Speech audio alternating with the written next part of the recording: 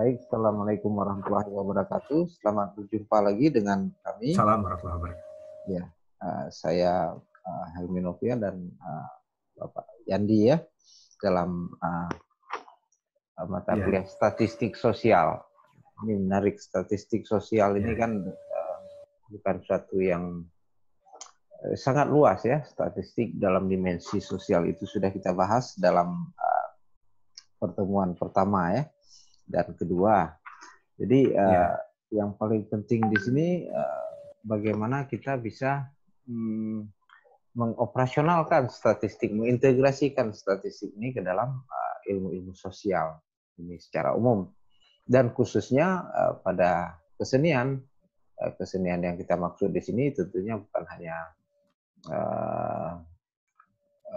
tari, musik, kemudian ada seni rupa, tapi kesenian dalam arti yang lebih luas, menyangkut aspek pendidikannya bagaimana, penelitiannya bagaimana, kemudian juga ada produksi, ada pertunjukan ya. Nah, saya melihat ini yang paling dekat penerapan dari statistik ini adalah dalam bidang mengkaji ya, mengkaji atau penelitian ya, suatu kajian sebagai alat. Ya. Mungkin banyak metodologi lain yang bisa digunakan dalam kesenian ya. Kemudian juga yang paling dekat pendidikan, aspek pendidikannya ini juga menarik untuk bisa mengukur sejauh mana transfer ilmu itu bisa sampai ke mahasiswa, ke siswa ya atau murid. Jadi efektivitas dan pembelajaran juga bisa digunakan asal kita menggunakan teori yang tepat. Jadi dalam statistik ini kita menguji teori itu apakah dia terbukti secara empiris teori itu ya. Katakanlah motivasi belajar dengan ya segala macam itu. Dari sejauh ini kan diskusi hari ini mengevaluasi dan juga menyimpulkan ya. Saya sudah memberikan 2 materi pokok statistik inferensial yang saya pikir penting untuk dalam satu pengkajian ataupun evaluasi dalam ilmu kesenian ya, sebagai ilmu dia, kemudian juga dalam sebagai pendidikan nantinya. Sebagai ilmu kita mencari satu-satu yang baru. Nah, jadi statistik inferensial itu sudah saya sampaikan. Yang pertama tentang korelasi, yang kemudian regresi sederhana ya. Mungkin saya perlu pendapat ya Pak Yandi, bagaimana dan materi apa yang sudah diberikan dan bagaimana kita mengintegrasikan materi yang sudah kita sajikan kepada mahasiswa. Silakan Pak Yandi. Terima kasih Pak Helmi. Assalamualaikum warahmatullahi wabarakatuh. Waalaikumsalam warahmatullahi wabarakatuh. Semuanya. Saya telah mengisi awal-awal perkuliahan dan di situ kita memberikan dan banyak berdiskusi mengenai dasar-dasar dari statistik. Sebagaimana tadi yang Pak Helmi juga sudah menyampaikan ya. Di antaranya ya memang materi pertama selain orientasi kelas juga kita langsung memberikan pengenalan tentang statistik secara umum. Di pertemuan kedua kita sudah membahas tentang teknik-teknik dalam pengumpulan dan pengolahan data.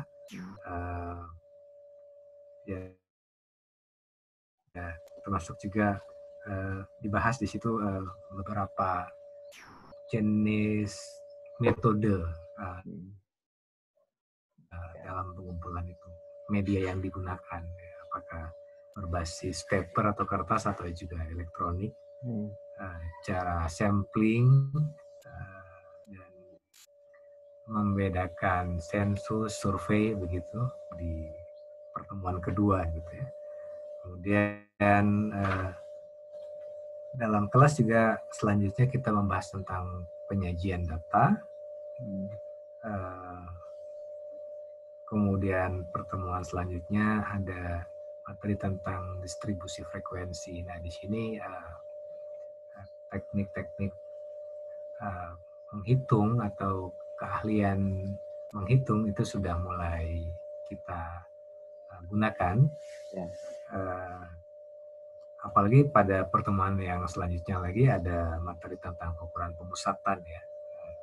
Ya meskipun aplikasi komputer sudah menyediakan tools atau alat-alat untuk menghitung, tapi di mata kuliah ini mahasiswa diharapkan untuk mampu melakukan perhitungan dengan tangan, tentu dengan ukuran data yang tidak besar gitu, yang kecil.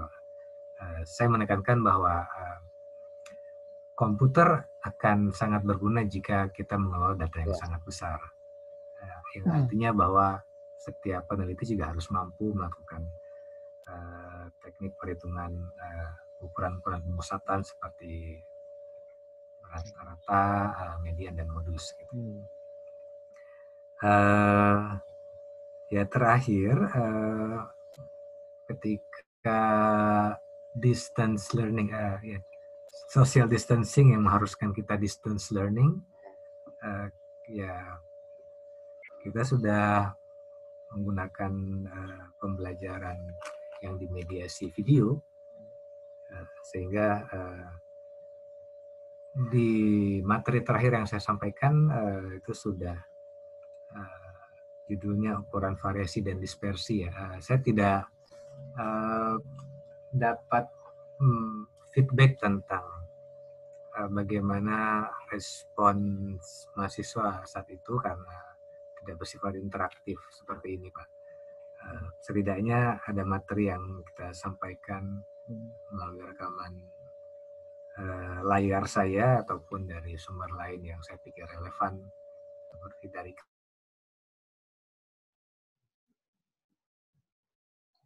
Khan Academy yang saya ke situ, Pak. Kemudian materi sudah dilanjutkan oleh Pak Helmi. Mungkin demikian, Pak.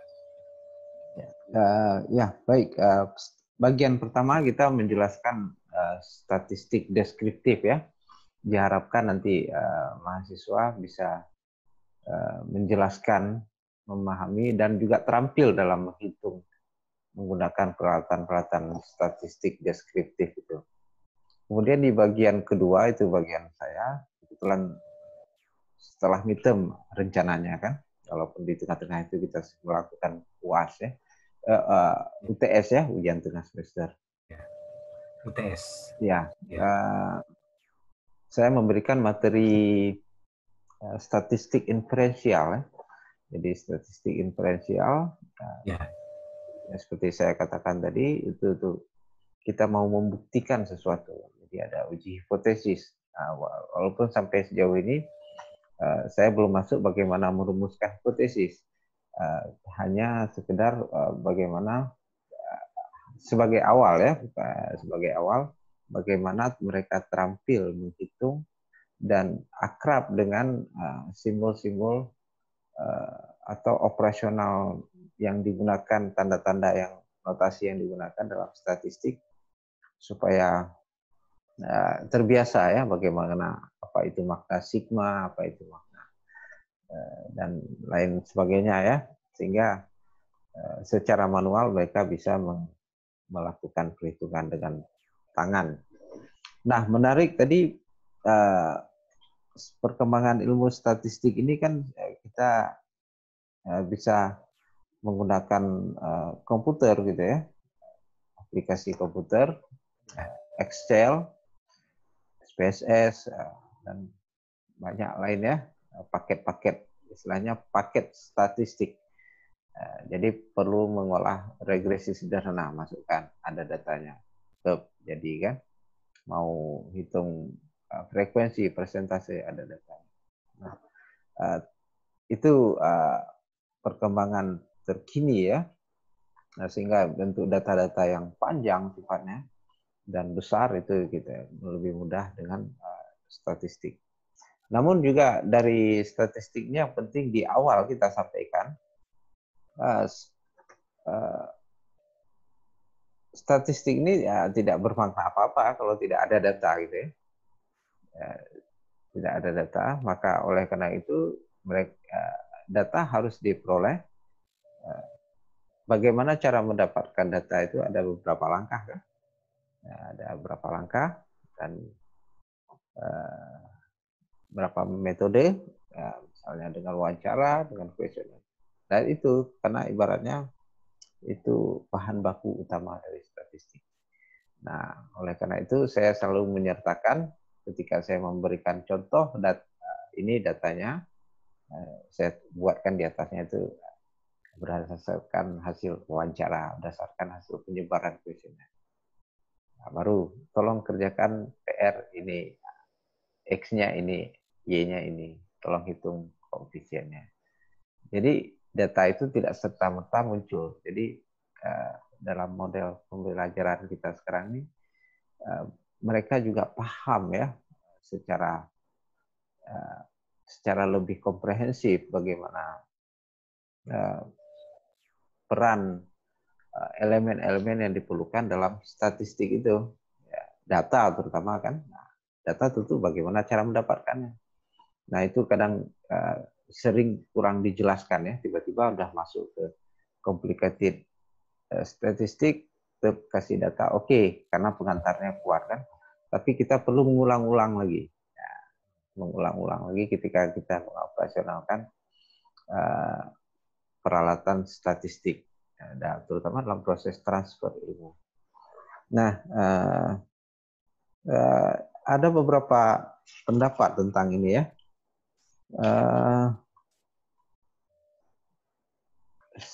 Dalam statistik itu kita kan memberi warna dalam keseniannya, ya. Statistik memberi warna baru dari aspek kuantitatif, ya. Kuantitatif ya, berupa angka-angka. Bagaimana ilmu atau skill ini memberikan kontribusi pada perkembangan ilmu kesenian itu, kira-kira Pak Yandi bagaimana melihatnya? Ya, sepanjang pengetahuan saya memang jika hanya dibatasi di lingkup prodi kesenian, tampaknya memang belum lazim ya menggunakan statistik dalam sebagai metodologi penelitian gitu ya. Ya sebenarnya nih dari satu perspektif nih satu peluang besar bahwa ada banyak hal yang bisa kita lakukan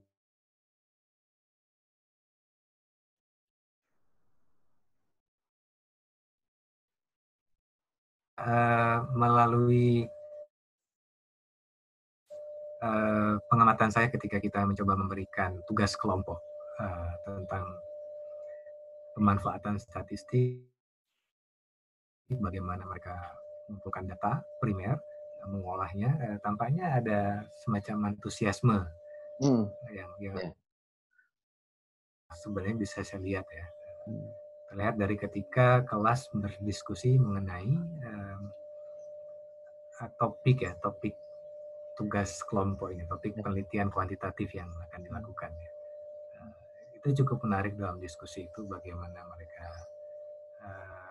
menawarkan ide-ide penelitian, beberapa diantaranya cukup layak untuk diteruskan ke tingkat penyusunan kuesioner dan pengumpulan datanya, wawancaranya, walaupun beberapa yang lain juga masih kurang kuat ya rancangan desain penelitiannya gitu. Ya, karena memang ya. Sebagai contoh ada ide untuk melihat seperti yang saya sampaikan kemarin, minat siswa terhadap seni pada sekolah yang berbeda orientasi. Katakanlah ada sekolah yang berorientasi IPA dan sekolah yang berorientasi ke ilmu-ilmu agama.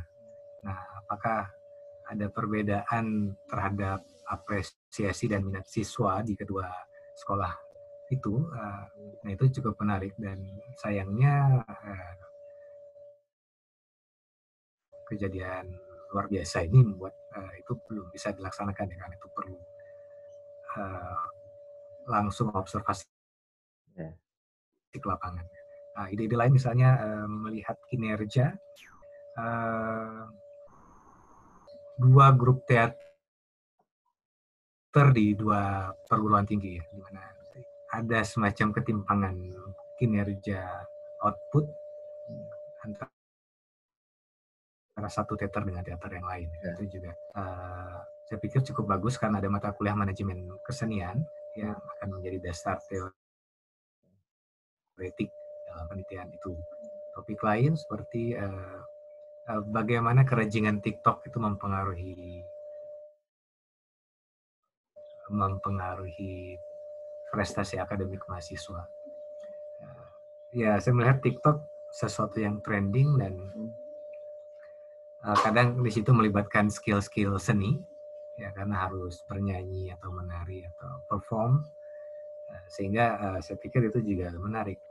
Nah, ini yang memang layak untuk diolah secara kuantitatif dan belum banyak itu muncul di lingkup terbatas prodi kita.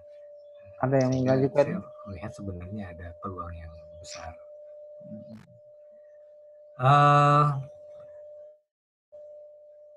Belum ada karena waktu itu mereka pada tahap penyusunan kuesioner.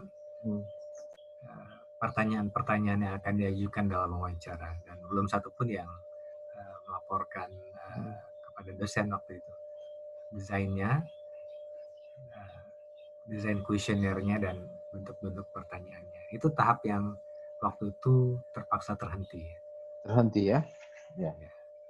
Karena juga ya, pelaksanaannya kan adalah di sela-sela materi utama ya, sehingga kita biasanya berdiskusi di seperempat terakhir kelas. Nah, kita diskusi tentang tugas lapangan oleh kelompok-kelompok ini. Nah, itu Pak yang saya kawal selama ini. Baik, sudah bergabung nih Pak Muklis nih. Assalamualaikum Pak Muklis.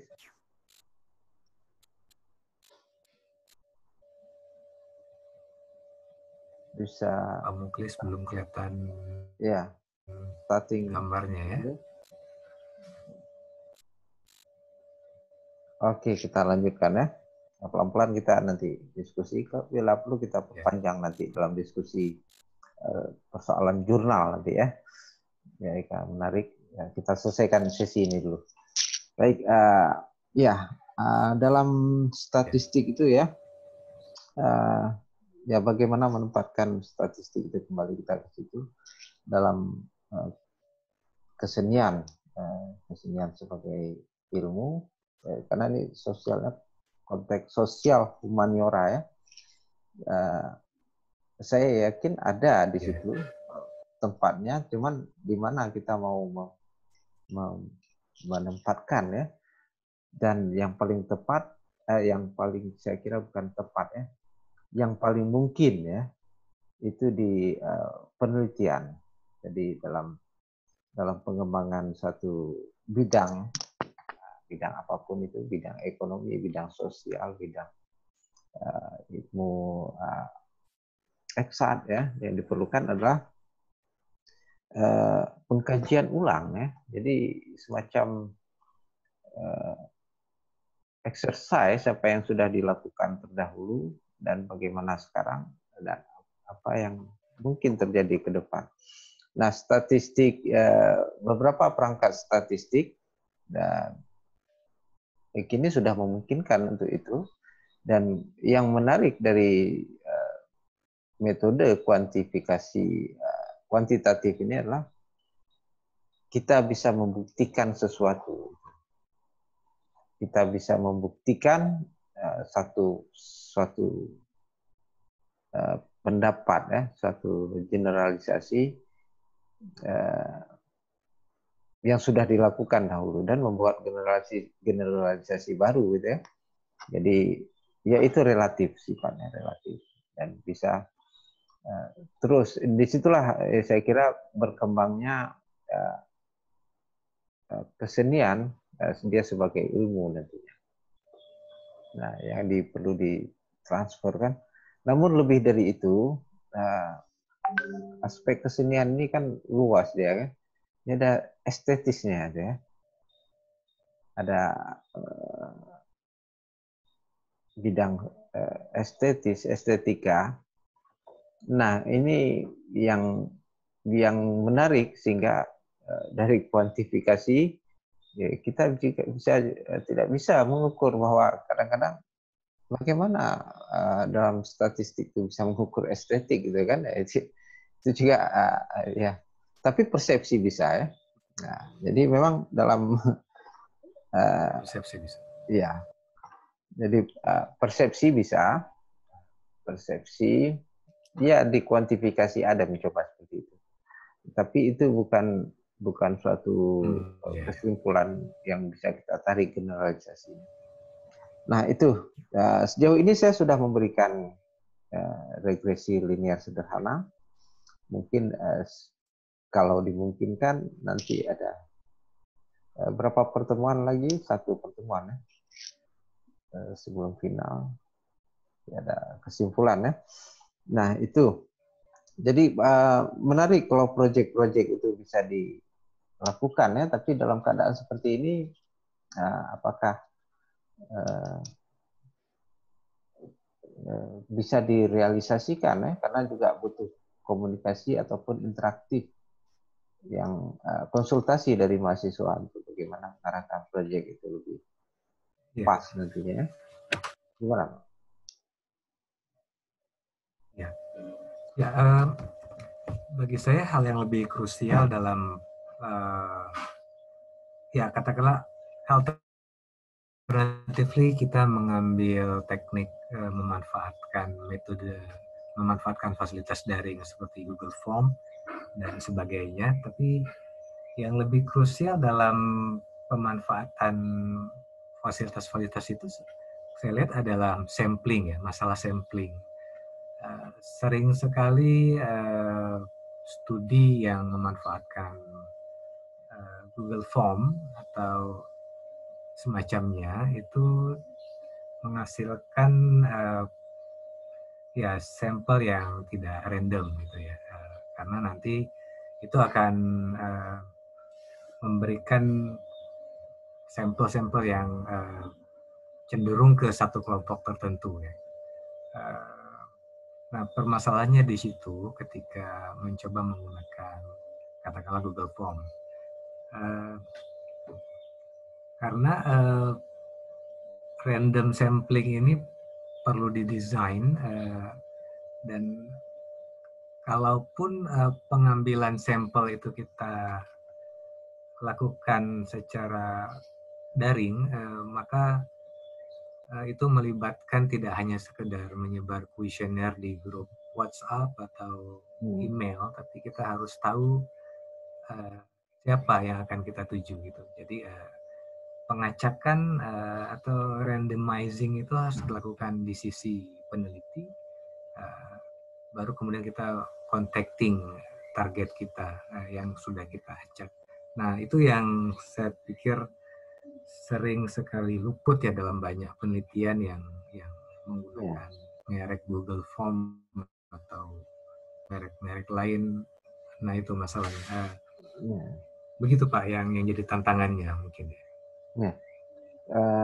Ada 2 soal tadi kan, soal mengumpulkan data. Yang paling penting dalam statistik itu kan data gitu kan, ada data maka kita bisa operasionalkan statistik. Kemudian ada 2 hal yang menarik ya. Dalam dulu perkembangan bagaimana mengolah itu muncul aplikasi-aplikasi paket statistik ya. Jadi saya katakan tadi untuk mengolah data yang sekian banyak jumlahnya. Pada 80-an sudah mulai tren di Indonesia ya, dan di Aceh juga sudah masuk ya. akhir 80-an, pengolahan data dengan komputer. Nah, sekarang juga terbantukan bagaimana dulu datanya sudah ada, dibantu pengolahan dengan aplikasi. Sekarang dibantu lagi dengan adanya aplikasi yang bisa memberikan solusi bagaimana mengumpulkan data. Kalau dulu sudah ada data, bagaimana mengolahnya? Sekarang bagaimana mengumpulkan data? Saya melihatnya ini sama ya, sama fenomenanya. Bagaimana si peneliti itu paham betul konsep penelitian. Nah, karena itu konsep-konsep statistik itu yang diterapkan dalam penelitian harus dipahami betul.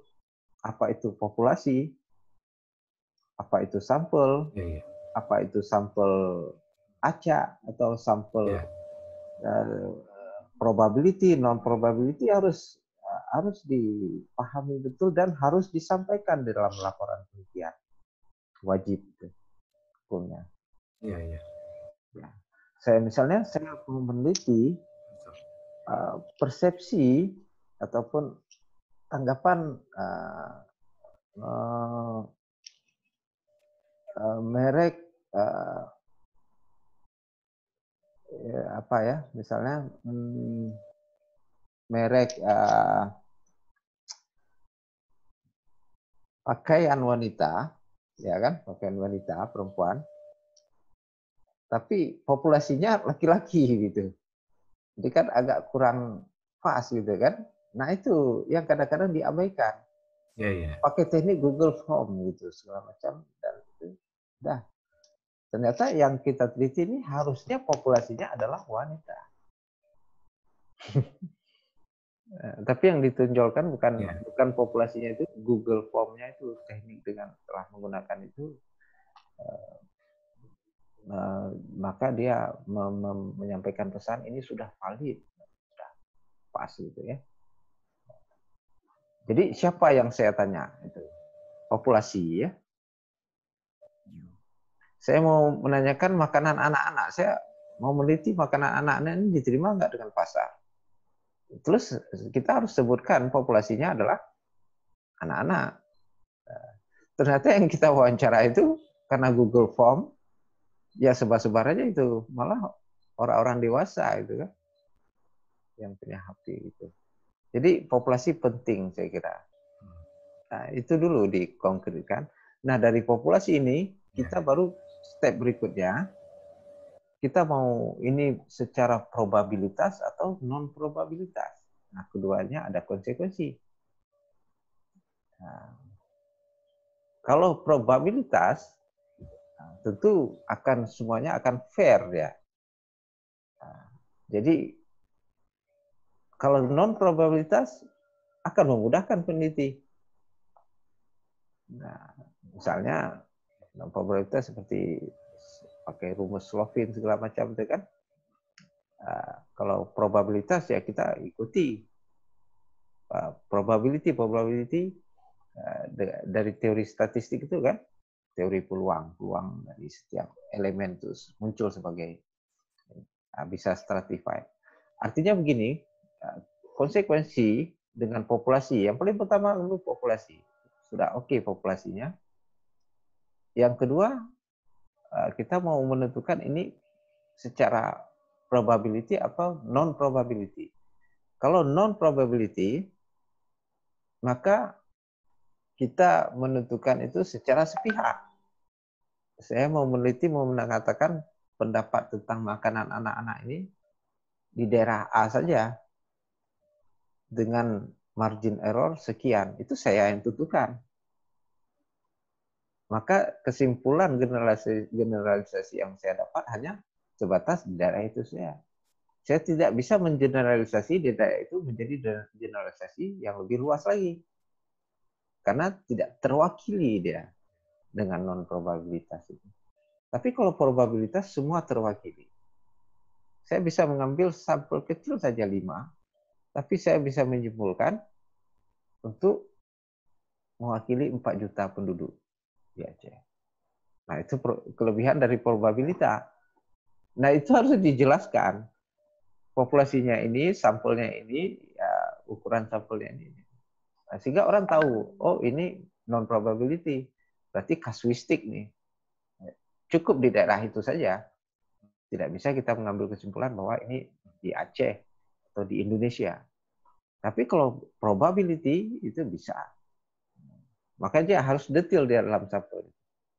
Nah ini sedikit ya kita bicara, kita ulas, kita review dari pertama kuliah kita sampai sekarang. Ini bagian sampel ya. Jadi bagian sampel yang paling penting adalah dalam kita meneliti, kita tentukan populasinya. Yang bahasa Pak Endi tadi apa? Sasaran ya, sasaran si objek penelitian itu siapa? Anak-anak atau kalangan wanita, atau mungkin kalau hasil karya kesenian itu ya bisa ditanya bagaimana persepsi dengan harga lukisan ini, bagaimana persepsi dengan harga tiket dan segala macam, atau ya segala macam bisa kita lakukan penelitian. Nah, itu. Oke, Pak Yandi, mungkin ada yang mau ditambahkan? Terus kita sampel sudah ya. Tadi soal sampel pasti. Mungkin ada yang mau ditanyakan soal sampel dan populasi ya. Karena ini penting sekali ini sampel dan populasi. Ya, betul. Betul. Ya, ya populasi yang ditentukan oleh ruang lingkup ya Pak ya. Ya dalam kelas saya menemui beberapa pertanyaan mengenai sampel tadi ya, yang tentunya sangat tergantung kepada populasi. Misalkan dalam studi mengenai minat siswa terhadap seni di sekolah, maka populasinya adalah para siswa, seluruh siswa di sekolah dan berapa ukuran sampel, dan ada teknik bagaimana menentukan jumlah sampel. Gitu. Ya. Tapi konsepnya bahwa penting penentuan populasi adalah ditentukan oleh apa tujuan penelitian. Gitu. Yeah. Sehingga tidak secara sembarangan menentukan populasi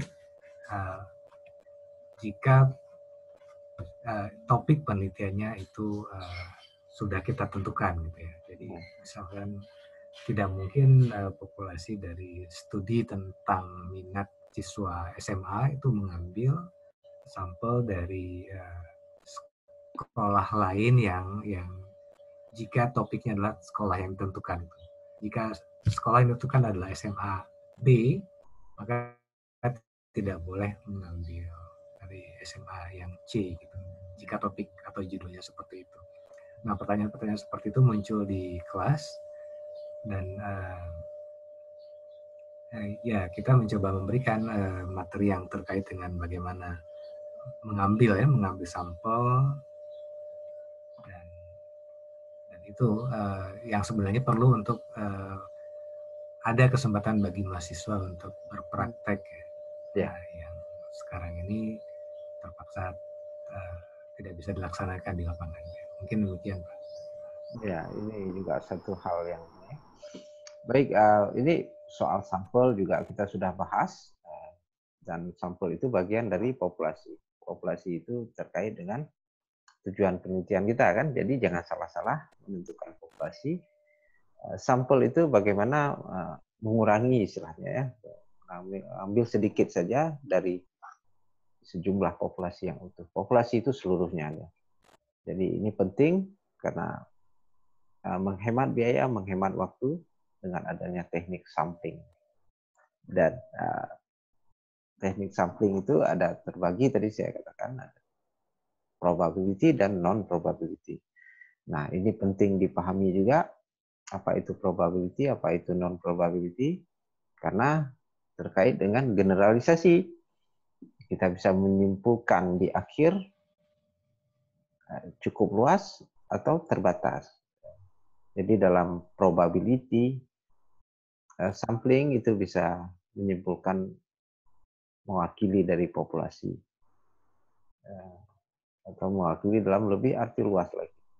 Sedangkan dalam non-probability itu hanya pada lingkup tertentu saja. Misalnya kasus di Banda Aceh. Selesai di Banda Aceh. Kita tidak bisa merepresentasikan ini juga ya dengan sampel seperti ini juga terjadi di Aceh lainnya, tidak gitu ya. Nah itu dia soal sampel ya. Kemudian ada yang menarik juga dalam perkembangan kesenian ini kan, Pak Endi ingat kan, pengaruh musik klasik musik klasik atau musik tertentu itu terhadap kesehatan ataupun kesehatan janin tuh ya. Kemudian pengaruh musik rock dulu saya baca di majalah Hai ya tahun 80-an terhadap pembelajaran eksak, fisika dan matematika.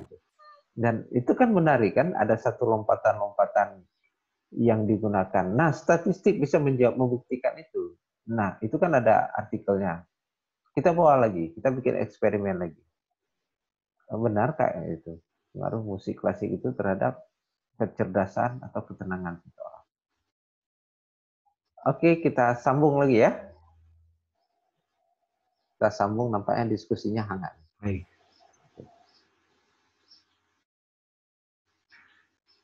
Oke. Remaining meeting time 9 minutes ya, 9 minutes. 9 minutes. I will create another this. Maybe we will post this. We will create another. Oke. Ya, oke. Sedikit lagi kita simpulkan bahwa bagaimana pendapat mungkin saya minta pendapat dulu fenomena-fenomena ini dan peran statistik dalam menghubungkan variabel tadi itu kan musik dengan semangat belajar. Saya juga coba eksperimenkan di kelas, saya kasih musik klasik. Saya bikin satu kelas, saya kasih musik gitar itu, satu lagi tidak. Saya kasih di akhir dan ternyata memang ya ada gitu ya. Tapi saya harus bisa memastikan bahwa mereka memutar itu. Nah, itu dia. Karena dari secara daring ini agak bagaimana pendapat Pak Yandi peran statistik dalam soal-soal seperti itu? Ya, di situ Pak ya yang menimbulkan curiosity dari mahasiswa. Sempat ada topik serupa yang ingin diambil oleh sebuah kelompok. Jadi ya berangkat dari idenya waktu ada materi masterclass di Arts Open Days bahwa bagaimana musik bisa berperan dalam penyembuhan. Ya. Nah, sempat ada kelompok yang ingin mengambil topik itu dengan populasi adalah rumah sakit di mana pasien-pasien akan memberikan responsnya terhadap topik itu ya, bagaimana musik bisa berperan dalam healing, dalam penyembuhan. Ya, itu menarik pada studi-studi terdahulu tidak ada ruginya dan sangat menarik jika bisa kita buktikan kembali melalui penelitian oleh mahasiswa. Itu saya pikir cukup menarik. Ya, ini menariknya kan istilah kita bisa melakukan pendekatan yang multidisiplin nantinya ya. Jadi ada ahli kesehatan, ada ahli kesenian, juga statistik. Nah, kita hampir sampai pada apa ya? Akhir dari diskusi kita. Ya bagaimana harapan ya? Harapan ke depannya dalam proses pembelajaran statistik di ilmu kesenian atau di statistik sosial ya, utamanya di kesenian kita nanti. Gimana Pak Yandi? Ya, saya berharap mahasiswa bisa melihat statistik sebagai alat yang bisa diandalkan ya, dalam studi-studi tentang seni. Jika ingin masuk ke sesuatu yang bukan secara tradisional di prodi mereka. Jika ingin mencoba yang baru, maka ini satu tantangan yang menarik sebenarnya. Tersedia cukup banyak sumber daya untuk mereka belajar secara luas gitu ya, jika ingin mencoba ke sini.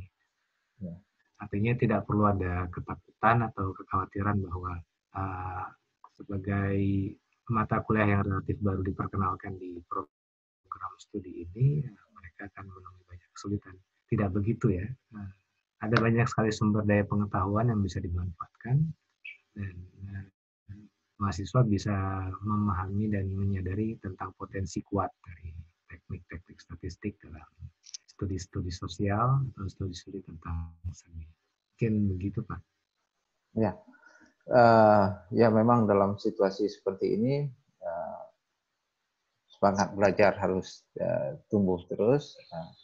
Gali sumber pembelajaran itu dari manapun ya, karena akses informasi sekarang luar biasa ya. Anda bisa peroleh di mana-mana. Ya, tapi Anda tidak boleh kemana-mana, harus lockdown. Anda bisa peroleh informasi itu dari mana-mana pun, Anda tidak boleh kemana-mana.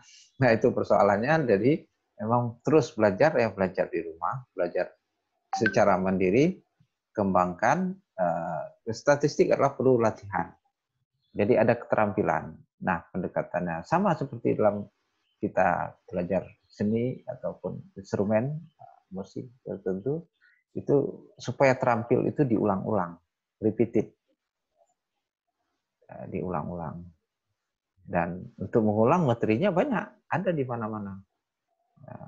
Jadi pakai saja secara ini, tapi Anda nggak boleh kemana-mana, harus tetap di rumah, cari di internet bahannya, Anda latih gitu ya. Begitu Pak Yandi ya. Ya, saya kira itu. Betul. Ya, supaya ini kita lakukan secara konsisten dan Anda bisa mengambil sesuatu banyak atau banyak hal ya dari metode kuantitatif, metode dengan angka-angka. Nah, dari diskusi kita dari awal sampai akhir ini, mudah-mudahan ini bisa memberikan pencerahan ataupun juga ya kita harapkan sebenarnya interaktif ya antara mahasiswa dengan dosen, karena ini bagian akhir. Namun demikian kami akan mengirimkan video ya. Sebelum saya tutup, Pak Yandi mungkin ada yang mau disampaikan? Nasihat-nasihat dan segala macam. Silakan Pak Yandi. Ya, saya sangat sependapat dengan yang disampaikan Pak Dr. Helmi. Sumber belajar tersedia di mana-mana meskipun kita tidak bisa kemana-mana. Very good quote for today. Yeah, just inspiring me. I think that's ya supaya mereka tetap kita juga termasuk kita sebagai pengajar wajib memberikan bahan pengajaran, dan anak-anak wajib belajar gitu ya, walaupun jauh dari pengawasan kita. Saya kira ini karena keselamatan itu yang utama, tapi juga pendidikan jangan ditinggalkan ya, karena ini amanah konstitusi yang harus kita jalankan dan wajib bagi kita semua. Saya kira itu dalam bulan Ramadan ini kita mudah-mudahan mendapatkan berkahnya ya, dan selalu mendapat tunjuk dan hidayah dari Allah Subhanahu Wa Taala. Mudah-mudahan hari ini kita bisa selesaikan insya Allah puasa kita dengan sebaik-baiknya dan mendapat ridha Allah. Pak Muklis, ya mungkin bisa ini ya. Nanti kita sambung dalam momen berikutnya. Terima kasih. Demikian diskusi kami, Pak Yandi, saya dan juga Pak Muklis ya. Dr. Ari berhalangan masuk kan ya. Mungkin ada sesuatu hal yang harus diselesaikan di kampus. Baik, demikian saya akhiri. Wabillahi taufiq wal hidayah. Assalamualaikum warahmatullahi wabarakatuh. Waalaikumsalam.